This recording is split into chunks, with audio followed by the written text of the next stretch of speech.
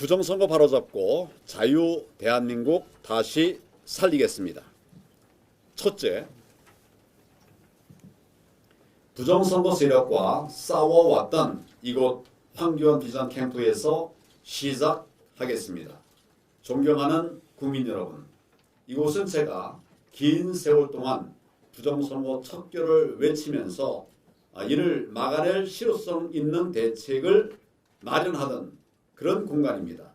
많은 애국 시민들과 또 머리를 맞대고 함께 해온 공간입니다. 지금도 잠깐 들어오면서 그런 동지들을 많이 만났습니다. 제 앞에는 우리 민경호 의원도 앉아있고 우리 서 대표님도 앉아 계십니다. 저는 오늘 대통령 선언 출마를 선언하기 위해서 이 자리에 섰습니다. 이곳에서 미래를 다시 열겠습니다. 둘째, 세제 전쟁 광풍 속에서 나라가 흔들리고 있습니다. 우리의 오랜 바람처럼 윤 대통령께서는 부정선거를 밝혀내기 위해서 대통령직을 걸고 용감하게 나섰습니다. 그런데 여러분, 그 결과가 어떻게 됐습니까? 오히려 거대한 부정선거 세력에 의해서 대통령이 불법 체포되고 불법 구속까지 됐다가 결국엔 탄핵을 당하는 그런 상황에까지 이르렀습니다.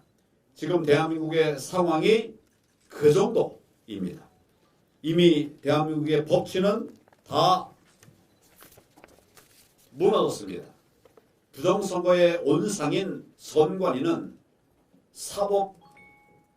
사법부와 한 몸통입니다. 헌법재판소 역시 부정선거와 관련된 증인이나 증거 채택은 대부분 기각한 채 대통령을 파면했습니다. 결코 정의롭지 못합니다. 그래서 지금 대한민국은 체제 전쟁 중이라고 하는 말씀을 드린 겁니다. 우리나라가 자유민주주의 국가로 살아남느냐 아니면 공산주의로 가느냐의 마지막 갈림길에 서 있습니다. 셋째, 나는 왜 정치를 시작하게 되었는가? 저는 박근혜 대통령 탄핵 당시에 대통령 권한 대행으로서 종북 좌파의 광란을 직접 목도했습니다. 다시는 이러한 비극이 일어나서는 안 된다는 생각을 굳게 갖게 됐습니다. 그래서 문재인 정권 시절이었던 2019년 현 국민의힘 전신인 자유한국당에 입당해서 당대표가 됐습니다. 그리고 당시 바른미래당 등 대부분의 우파를 통합해서 미래통합당을 만들었습니다. 그때는 우파를 모두 통합하는 것이 선거에서 이기는 길이라고 생각을 했기 때문입니다. 그러나 그것이 패착이었습니다. 암덩어리는 도려내야 몸이 건강해질 수 있는 것입니다. 그래서 그때의 실수를 성찰하면서 그 이후로 저는 우리나라의 자유민주주의를 지켜내는 것은 오직 정통 우파 세력만이 할 수 있다. 이렇게 외쳐왔습니다. 넷째, 왜 국민의힘을 탈당하는가?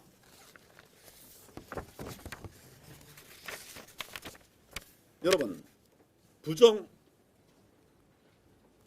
부정선거는 음모론이 아닙니다. 부정선거는 팩트입니다. 그런데 이 사실을 아는 사람도 있고 또 모르는 사람도 있습니다.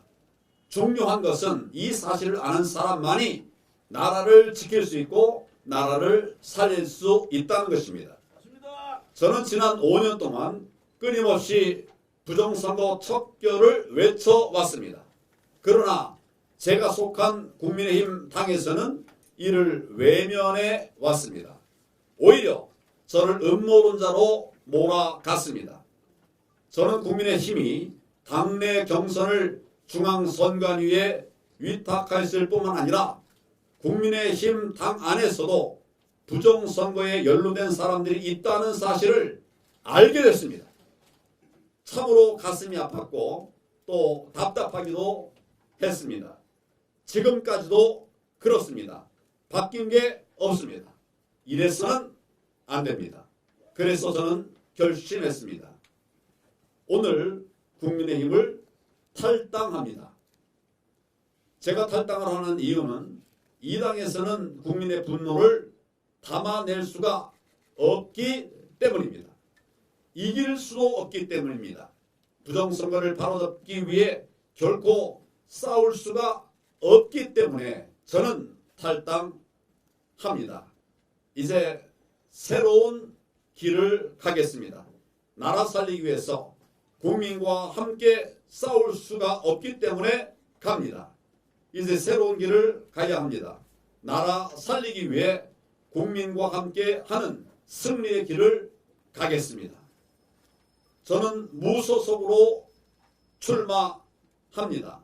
무소속으로 출마하겠습니다. 이 길은 순수하고 정의로운 국민들과 함께 가는 길이기 때문입니다. 다섯째, 왜 이번 대통령 선거에 출마하는가? 이제 저는 윤 대통령이 시작하였음에도 불구하고 저 거대한 부정선거 세력에게 발목 잡혀서 끝내 완성하지 못한 그 부정선거 척결을 끝까지 완수하기 위해서 이번 대통령 선거에 출마하기로 결심했습니다.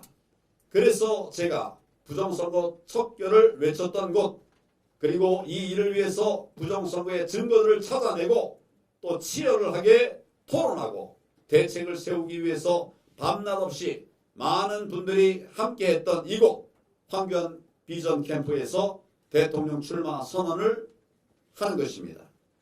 이 과정에서 저는 절대로 자유민주 진영이 분열되지 않게 하고야 말겠습니다. 저는 모든 권력은 국민으로부터 나온다는 헌법 제1조를 지켜내겠습니다. 모든 권력이 선관위 그리고 법원이 아닌 국민으로부터 나오도록 돌려놓겠습니다. 정치인 여러분들께 묻습니다. 왜 정의의 편에 서지 않습니까? 왜 자신의 자리만 탐합니까? 왜 안락한 삶만 선택합니까? 왜 선관위의 눈치만 보고 있습니까? 제가 꾸려나갈 선거 캠프는 비전과 기회가 있는 캠프, 행동하는 캠프가 될 것입니다.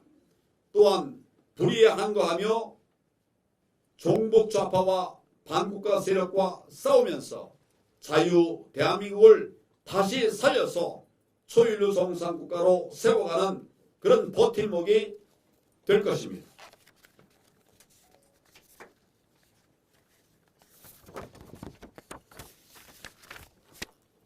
여섯째, 왜 황교안인가? 이제 왜 제가 국정 최고 책임자가 되려 하는지, 왜 제가 대통령이 되어야 하는지 간략히 말씀을 드리겠습니다. 첫째, 지금 대한민국은 체제 전쟁 중입니다. 싸워서 이겨야만 합니다.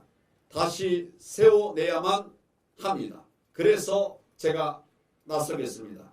둘째, 저는 해본 사람입니다. 저는 법무부 장관 또 국무총리, 대통령 권한대행, 당대표까지 다 해본 사람입니다. 입법사법 행정의 책임자 역할을 다 해본 사람입니다. 뿐만 아니라 위기를 극복해 본 사람입니다. 지금과 같은 시기에 매우 필요한 위기 극복 경험을 이미 해본 사람입니다.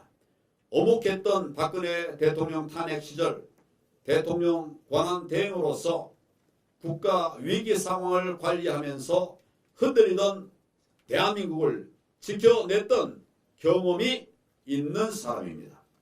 특히 이번 대선은 선거가 끝나자마자 인수위 없이 곧바로 새 정부가 시작됩니다. 시행착오라면 결코 안 됩니다. 저는 이미 해봤습니다. 경험이 있습니다. 셋째, 저는 성과를 냈던 사람입니다. 법무부 장관 시절 반국가 세력인 통합진보당을 해산시켰던 사람입니다. 그리고 포괄적 차별금지법 통과를 막아냈던 사람입니다. 또한 김대중 대통령 시절에 김 대통령의 선거 공약이었던 국가보안법 철폐를 막아내고 오늘까지 국가보안법을 지켜낸 사람입니다. 넷째, 저는 반국가 세력과 싸우는 사람입니다. 자유민주주의 체제를 지키기 위해서 지금까지 최전선에서 공산주의 세력과 싸워왔습니다. 그러다 보니까 북한의 표적이 됐습니다. 북한 통일전선부, 대남 공작하는 통일전선부가 간첩들에게 지령을 내렸습니다. 2020년 총선에서 자유한국당을 패망시키고 그 책임을 황교안에게 들씌워 정치적으로 매장시켜라, 이런 지령을 내렸던 사실이 당시 국정원의 수사 결과 발표가 되었습니다. 4.15 총선 결과 여러분 정말 이상하지 않습니까? 저는 그 원인을 여기서 찾을 수 있습니다. 그러나 그럼에도 불구하고 저는 결코 뒤로 물러서지 않습니다. 민주당에 스며든 북한 추종 세력들, 좌파 카르텔과 싸워왔고 민노총, 민노조 등 민교조, 전교조, 민노총, 전교조 등 그 지도부가 간첩 혐의로 수사를 받고 있는 세력들과도 싸워왔습니다. 그러나 뭐니 해도 가장 큰 싸움의 상대는 바로 부정선거 세력입니다. 부정선거가 계속되면 우리나라는 공산국가로 갑니다. 보입니다. 저는 부정선거 세력을 척결할 때까지 한치도 물러서지 않을 것입니다. 통진당 해산에도 14년이란 긴 세월이 걸렸습니다. 그러나 정의를 포기하지 않는 한 반드시 불의는 그 끝을 보이게 되기 마련입니다. 다섯째, 저는 늘 먼저 일하는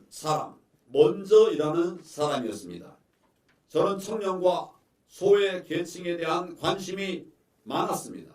그래서 당대표 시절 처음으로 9명의 청년 부대변인을 세웠습니다. 이들이 많은 역할을 하게 했습니다. 또한 장관 시절에는 첫 여성검사장을 임명하기도 했습니다. 또 법률 서비스로부터 소외되어 있는 전국의 모든 읍면동에 무료 변호사 서비스를 제공하는 마을 변호사 제도를 만들기도 했습니다. 지금도 그 마을 변호사가 지금 엄존하고 있습니다. 저는 늘 혁신과 새로운 세상을 꿈꿔 왔습니다. 제가 살아온 길이 늘 그랬습니다. 여섯째, 저는 국민의 아픔을 아는 사람입니다.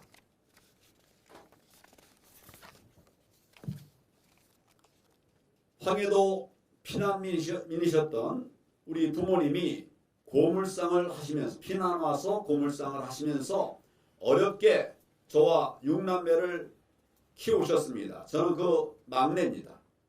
도시락이 필요했던 시절, 때로는 도시락을 못 사갈 정도로 힘든 시기를 지내기도 했습니다. 저는 2020년 4.15 총선의 패배를 뼈아프게 경험했던 사람입니다.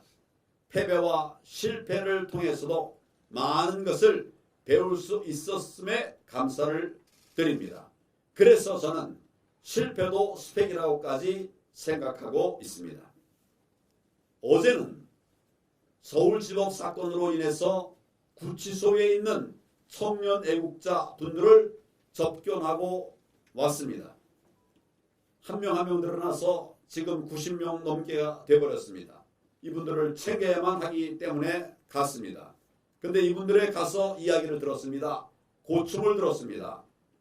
깜짝 놀란 것은 이들 대부분은 자기의 어려움이 아니라 나라 걱정뿐이었습니다. 빨리 석방해달라 라고 말하는 사람도 없고 나라 걱정으로 일관을 했습니다. 이분들이 하루속히 석방돼서 일상으로 돌아갈 수 있도록 끝까지 최선을 다하겠습니다. 일곱째, 부정선거 척결하고 자유 대한민국을 다시 살리겠습니다. 초인류 정상국가를 만들어내고야 말겠습니다. 이제 저는 여러분께 제안의 말씀을 드립니다. 저와 함께 부정선거 세력, 반국가 세력을 척결하고 대한민국을 새로운 나라, 초인류 정상국가로 세워 나가시지 않겠습니까? 저의 손을 잡아주시지 않겠습니까? 그 길이 넓고 편한 길은 아닐 수 있겠지만은 그 무엇보다도 가치 있고 의미 있는 길이 될 수 있지 않겠습니까? 훗날 우리 자녀들에게 또 우리 아들, 딸, 그 아들, 딸, 자녀의 그 아들, 딸, 또 그 아들, 딸들에게 사랑하는 너희를 위해서 너희가 자유로운 나라에서 사는 그런 모습을 꼭 보고 싶어서 2020년 4월 내가 그 길을 선택했단다. 이렇게 말씀하실 수 있어야 되지 않겠습니까? 저는 이승만 대통령의 자유민주주의 건국 정신, 박정희 대통령의 부강한 나라, 이명박 대통령의 민생, 박근혜 대통령의 혁신 정책, 윤석열 대통령의 부정선거와 반국가 세력 척결, 이를 본받아서 대한민국을 초인류 정상국가로 만들어 나가는 그 길을 나아가겠습니다. 여러분들께서도 함께 그 길을 걸어가 주시기를 당부를 드립니다. 그리고 제 무소속 출마에 대해서 윤석열 대통령께서 응원의 메시지를 제게 보내주셨습니다. 감사합니다. 의미가 큰 일이라고 생각합니다. 여러분, 대한민국을 다시 살려내겠습니다. 감사합니다.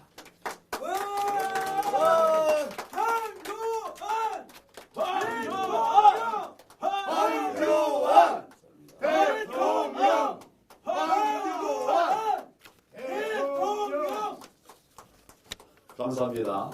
일어나시부터 이렇게 나와서 응원해 주셔서 고맙습니다. 지금 여기는 주로 이제 언론인들 중심으로 앉아 계시지만은 또 옆에 방에는 급조된 방이 하나 있습니다. 저희가 쓰던 공간의 옆에 빈 공간이 하나 있었는데 오늘 여러분들이 오신다고 해서 거기도 같이 열어놓았고 또 지금 이제 온라인으로 영상으로 참여하시는 분들이 훨씬 더 많습니다. 이것이 민심입니다. 이것이 나라를 걱정하고 또 대한민국을 다시 살려내려고 하는 이 모든 분들의 뜻이라고 생각합니다. 그런 뜻에서 제가 출마 선언을 했고 또 필요한 탈당을 했고 이제는 나라를 살리는 그 길을 가겠습니다. 혹시 제가 말씀드린 바에 관해서 질문이 있거나 또 추가 의견이 있으면 말씀을 해주시기 바랍니다. 말씀하시죠. 스카이데일리 구하진입니다. 이번에 국민의힘 탈당이라는 충격적인 결심을 하셨는데요. 이것이 부정선거 때문이라고 말씀하셨습니다. 당 내에서 부정선거 척결을 위해서 하고 싶으셨던 것들이 있으셨을 텐데 그걸 못하셨기 때문에 탈당하신 것이라고 생각이 듭니다. 이제 탈당하셨으니 탈당 후에는 어떻게 이 부정선거 아젠다 관련해서 다른 모습을 좀 보여주실 수 있을까요? 부정선거와 관련해서 제가 지난 4년 넘게 이제 싸워 오면서 많은 아젠다들을 국민에게 던져드렸습니다. 전에 상상도 못하던 일들이 벌어졌습니다. 우리가 말한 대로 또 제가 예언했다고 그럴까? 그렇게 미리 이야기를 한 대로 지금 하나하나 이루어져 왔습니다. 최종적으로는 대통령도 부정선거를 알게 됐고 대통령이 부정선거를 바로잡기 위해서 계엄령까지 내리게 됐습니다. 이제 우리가 할 일은 다 했습니다. 남은 부분은 정치권인데 정치권이 쉽게 하지 않을 겁니다. 이거를 막아내고 이겨내기 위해서는 결국 국민들이 일어나야 된다. 마지막에는 국민이다. 전 이렇게 생각을 합니다. 우리 대통령께서 이런 부분에 대한 인식과 경험이 있었고 많이 있었고 또 우리 많은 우파 시민들이 특히 국민들이 이 부분을 아주 통렬해 합니다. 가슴 아파합니다. 그런데 모르는 사람들이 있어요. 이거는 좌파는 물론이고 우파에도 그런 사람들이 대부분이거나 또 많이 있거나 이런 부분들을 고쳐나가야 된다고 생각합니다. 답은 보입니다. 답이 없는 게 아니라 답이 있어요. 우리가 그동안 많이 해왔고 내가 볼 때는 한 70%, 85%이 정도는 이제 이뤄냈다. 마지막 매듭을 지으면 된다. 이런 생각을 합니다. 그러나 그 마지막 매듭 짓는 게 어려운 일이죠. 그게 쉬운 일이 아니죠. 점점 더 어려워지지만 그러나 우리 국민들이 함께하면 된다. 이렇게 생각합니다. 우리 최근에 대통령과 제가 이런 메시지를 계속 내면서 많은 애국 시민들이 대통령에게 모이고 저에게 모이고 있습니다. 또 청년들이 많이 모이고 있습니다. 청년들. 낮에는 일하기 때문에 오지 못하지만 저녁에 우리 모이면 대부분 청년들이 옵니다. 이거는 정말 놀라운 변화고 이것이 대한민국을 앞으로 살려나가는 큰 힘이 되리라고 생각합니다. 또 다른 질문이 있으면 말씀하시죠.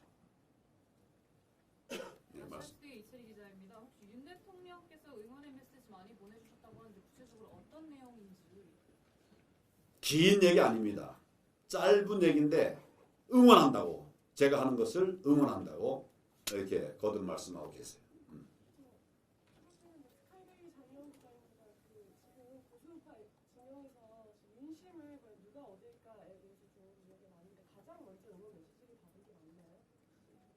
누가 가장 먼저 오면서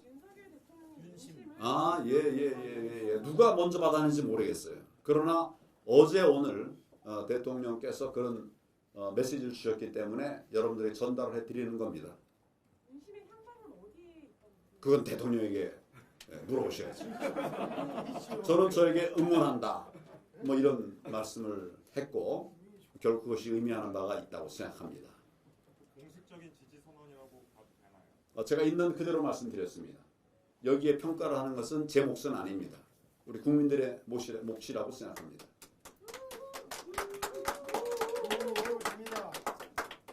뭐라고 그러셨습니까? 국민이 세워주십니다.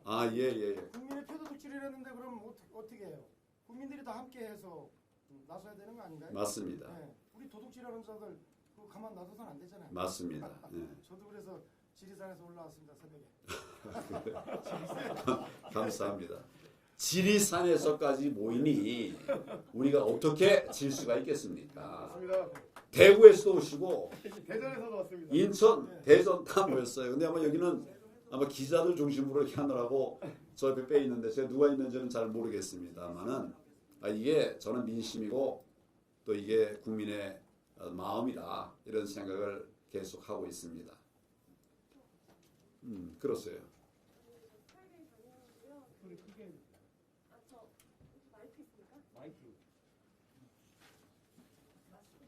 마스크 벗고 말씀하셔야 깨끗하게 잘 들립니다.